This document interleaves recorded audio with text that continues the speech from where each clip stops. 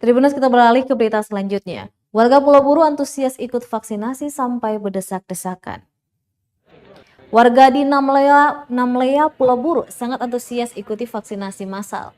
Dari pantauan tribunambon.com di Puskesmas Namlea, Sabtu 16 Oktober 2021 pagi, warga sudah memadati pelataran puskesmas sebelum pelayanan dibuka.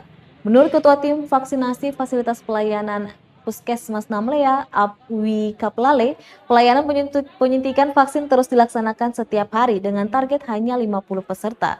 Namun dalam pelaksanaannya selalu melebihi target mencapai ratusan orang per hari.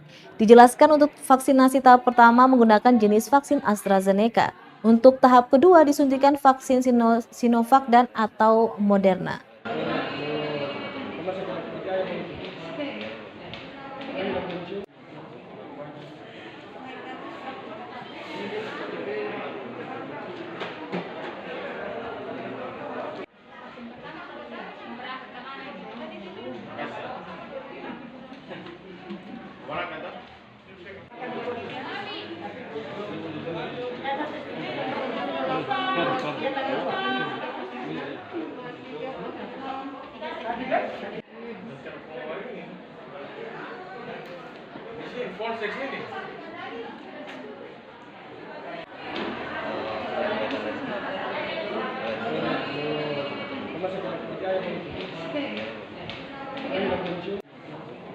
Terima kasih sudah nonton.